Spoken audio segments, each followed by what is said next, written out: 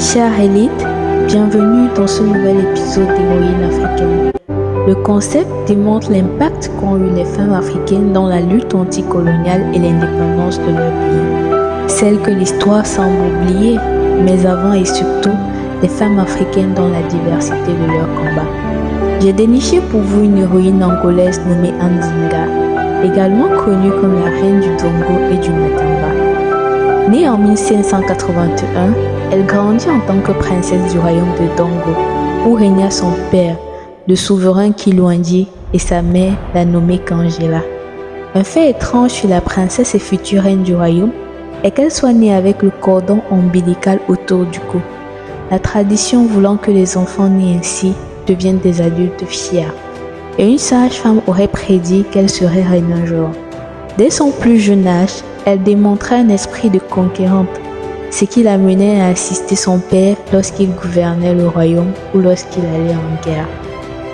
Animée d'un esprit de détermination farouche et d'un amour profond pour son peuple, elle s'est engagée à lutter contre l'oppression coloniale portugaise. Elle régna au début du XVIIe siècle dans le royaume d'Ongo, où elle saisit les rênes du pouvoir après le décès de son frère.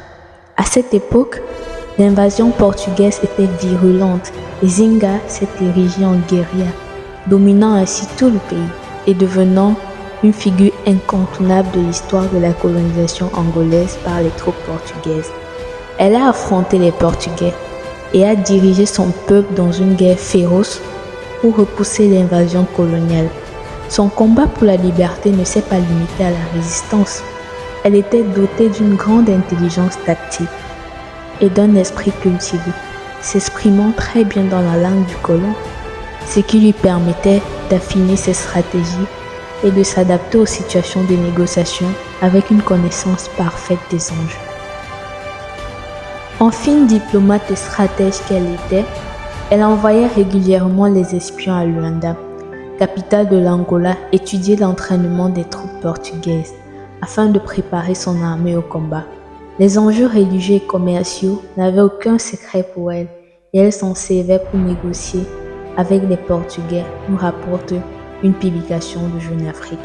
Son héritage est immense. Nzinga est aujourd'hui considérée comme une icône de la résistance africaine par le mouvement populaire de libération de l'Angola et par plusieurs autres Africains.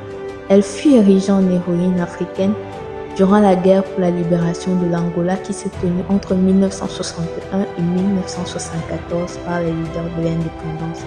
Et en 1975, quand le pays obtiendra son indépendance, une statue en souvenir de son combat fera office d'hommage à sa personne à Luanda, capitale actuelle de l'Angola. Grâce à elle, les femmes sont relativement bien représentées dans l'armée, la police, le gouvernement et dans les secteurs publics et privés angolais. Elle est morte le 17 décembre 1663.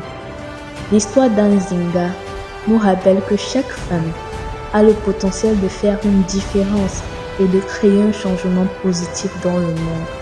Son courage et sa résilience nous incitent à poursuivre nos rêves, à relever les défis et à lutter pour un avenir meilleur. J'espère, comme d'habitude, que cet épisode t'a édifié et revoyons-nous la prochaine fois ou encore nous imprégner de l'histoire de nos héroïnes africaines. Porte-toi bien d'ici là.